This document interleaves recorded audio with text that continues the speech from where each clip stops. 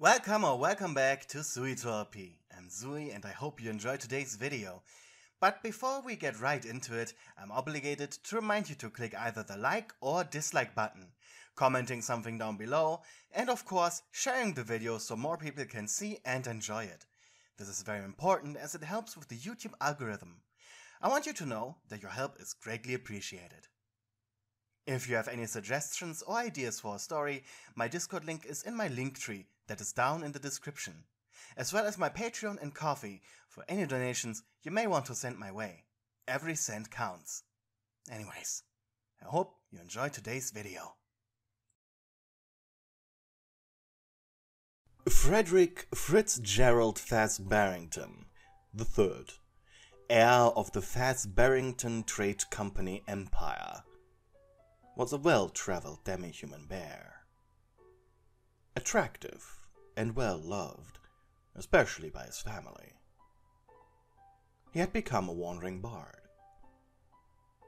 Freddy was widely known in the land of Britannia as a joyous man, who despite his tame demeanor and calm personality was highly trained with swords, so he knew how to defend himself. At least, that is what the demi-human thought until he faced a great challenge. Freddy was on a journey through a thick forest shrouded in fog. The goal of his travel was the Bard Academy of Skingrad.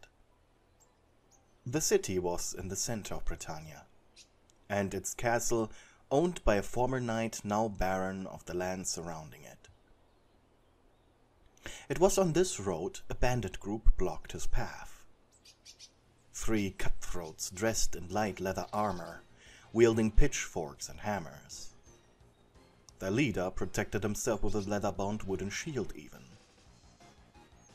They demanded money. They demanded his sword. They demanded his loot. They even demanded his clothes. But Freddy was confident in his sword skills. He knew that a 3 versus 1 was out of the question. Not to mention, if he were to draw his blade, all 3 of them would immediately jump him, not even giving him a chance to fight back. The noble kneeled and offered his sword, hoping he could at least keep his clothes. But it was then that out of the thicket of the brush, a large monster burst forth. It took all 4 men by surprise. The beast was a lizard man, his body bulging with muscles, scales green and yellow. Scarlet hair in the form of a mohawk proudly wobbled in the air. Black leather straps were wrapped around his chest, his lower half covered by a loose brown leather skirt. A 2-handed bone axe held in his sharp claws. He shouted a war cry, and without hesitating a single second he drove it into the barbarian leader's shoulder, severing his shield arm. Taking this opportunity, Freddy jumped up, drawing his own blade and impaling one of the panicking bandits. The fight didn't last more than 10 seconds. Yet, Freddy was incredibly exhausted. The lizard man, meanwhile, roared. I didn't have this much fun in years. The lizard's yellow eyes met Freddy's. And you, little morsel, who are you? Freddy gulped. Oh, I'm Frederick. I'm a bard. I'm fine if you call me Freddy, though. Montgomery. Just call me Monty. The lizard held his hand out for the demi-human to take. With a warm smile, Freddy shook Monty's hand. As it turns out, Montgomery was barbarian. And if Freddy believed what he said, the Gator was on his way to the Bard Academy himself for a special mission. Monty was strangely quiet about what this mission was, or maybe he just wanted Freddy to ask. Honestly though, after this display of violence, Freddy was a little too intimidated to ask any further. It was then the bear noticed a backpack on the barbarian's back. It had a strange shape. What is that? That's mine, Don't touch it, was all the gator said about it. The two beast men eyed each other for a moment. I think we should join forces, said Freddy eventually. Huh? Why? Because I'm also on the way to the Bard Academy. A new volume of The Hymn of the Seven Deadly Sins was only recently published, and I'd like to get a signed copy from the author, who will stay at the Academy until January. Monty growled affirmingly. Very well then, Bear. Freddy. Very well then, Freddy. Lead the way. It truly was a strange sight to the various humans and demi-humans the two met on the way. A bear dressed in noble clothing, and a tattered, rough-looking, barely clothed lizard man. 2 days went by in a flash. It was then, while the pair was sitting at a campfire at night, when Monty finally spoke up. He had rarely opened his mouth the entire journey, unless he was complaining about boredom or how he wished this was a hunting trip, or simply to say that he was hungry. Listen, Freddy, he said curiously. You don't strike me as the kind of person to walk everywhere. Why are you not on a horse or in a carriage? Freddy, who was impaling freshly caught fish on a stick, just smiled. I'm a bard. With my trade, I really like getting inspiration from the world around me. Monty tilted his head. Why? Freddy blinked perplexed. Were you never inspired by the world around you? Monty shrugged. The feverish pits of battle inspire me. They make me roar. I can barely contain it. The bear thought for a moment, trying to choose his words as carefully as possible.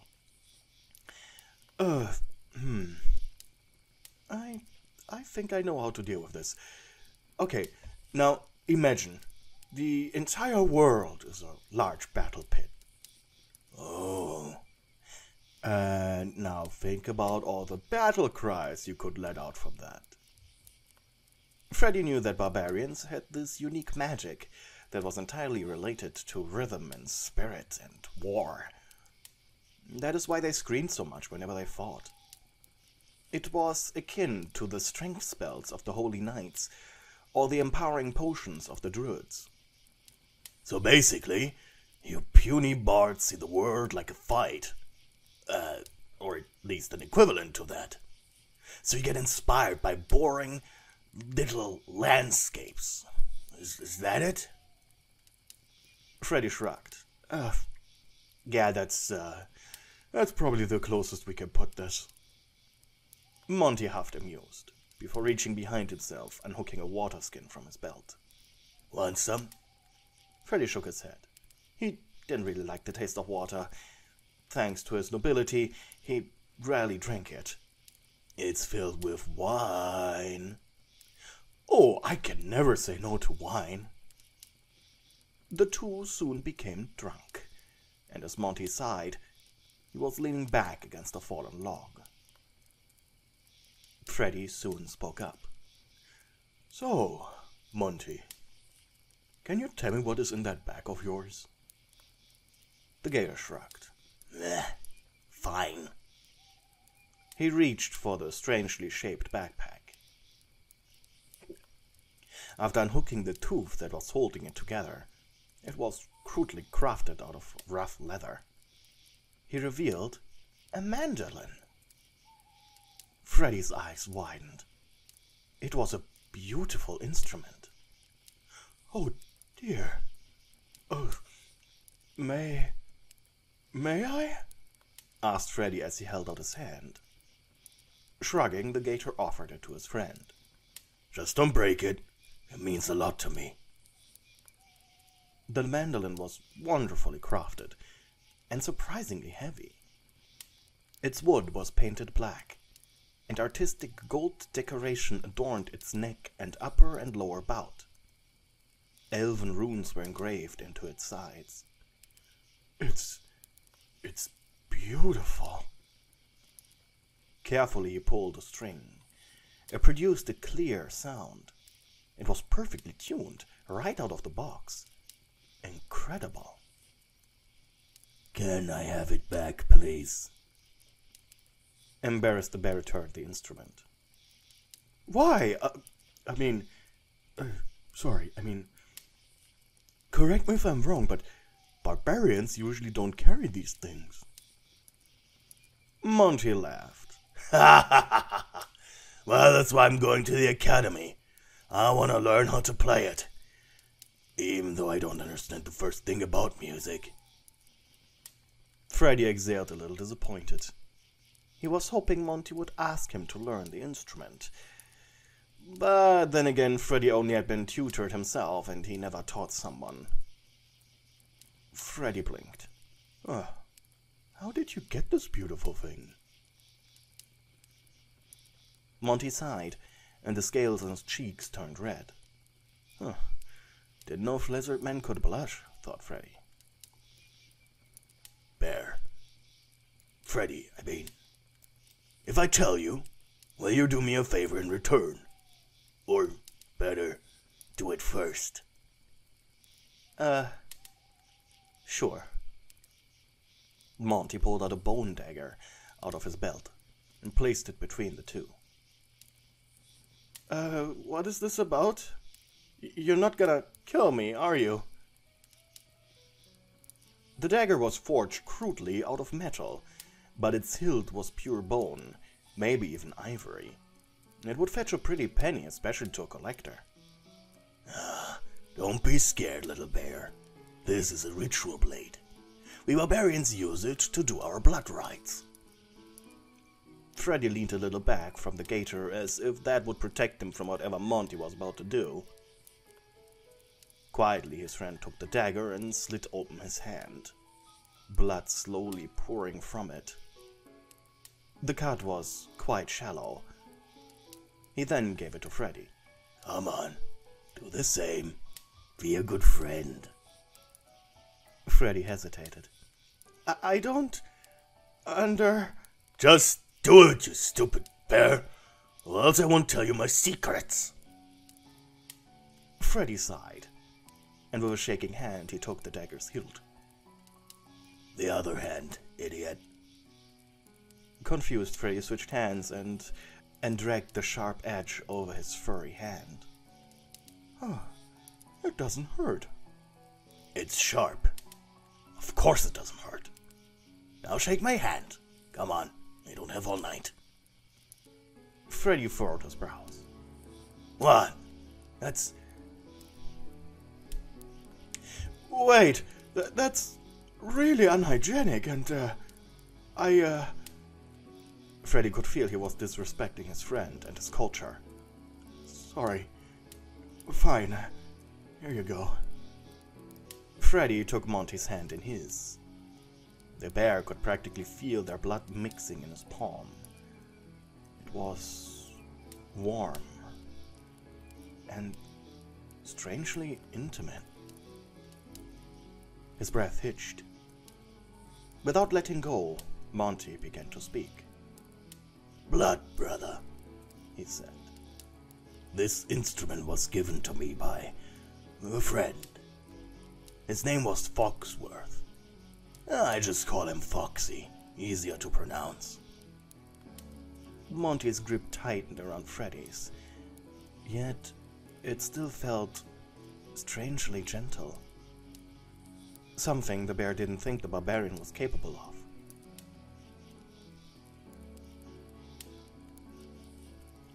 Foxy became a pirate while I stayed behind. It was the saddest day of my life. We were best friends. Oh. Freddy felt a little rejected. Oh. I see. The bear felt a little dejected. He didn't think it was this serious of a topic. Foxy was raised by elves and joined my tribe during an exploration. Foxy always loved gold. And then when these two masked pirates showed up, one day he just could not resist. He invited me to join them and I was seriously considering it. But barbarians and water don't mix. Ah, I see. Why couldn't you tell me without this ritual? He made us blood brothers. It doesn't use any magic, it's purely symbolic. I wanted to know if you trust me. Oh. Monty shrugged. I mean, not many people would have done this. I needed that. Freddy smiled. The gator blushed again. But then, without warning, the gator pulled the bear into his arms. Sorry, it's just... You're just a sentimental little bear, aren't you? So, why are you on the road then, eh? It's only fair if you answer my questions now. Besides, I've never seen a bard wear such tacky clothes like yours, so there has to be a story behind it, huh? Freddy gulped. His face was buried in the gator's hard pecs. It made his heart jump. Well, since you told me your reason for travel, I might as well tell you mine. Truthfully, I'm more than just after the hymn. He looked up at Monty, whose grip around Freddy's hip only tightened a little. I am the son of the Fazbear Trading Company. And honestly, I am the only son of the Fazbearrington Trading Company. And honestly, I don't want to be the heir of the company. I'm running away from my future, essentially. I never was good with math, and becoming the master of these people would mean I spent my life in a stuffy office doing calculations and making trade routes. I just want to experience the world a little before my parents sent a band of mercenaries out to capture me and forced me into, you know, labor. I want to have fun for a time. Enjoy my youth. That's all. Monty gently placed his head on Freddy's shoulder, his grip around his hand tightening, squeezing the blood out from beneath his fingers. In that case, little bear, I shall kill every man or woman they send after you until you're ready to take your place, brother. Freddy's eyes softened. Brother, said Freddy in a soft tone. I would really like that. The two remained like that for a while, until Freddy spoke up. You're grabbing a little tight there. Monty's reply was a snore. The gator had fallen asleep, and the demi-human sighed, gently rubbing his head into the lizard's chest. Fine. Guess I'll make the best of this. I love you, brother. Good night.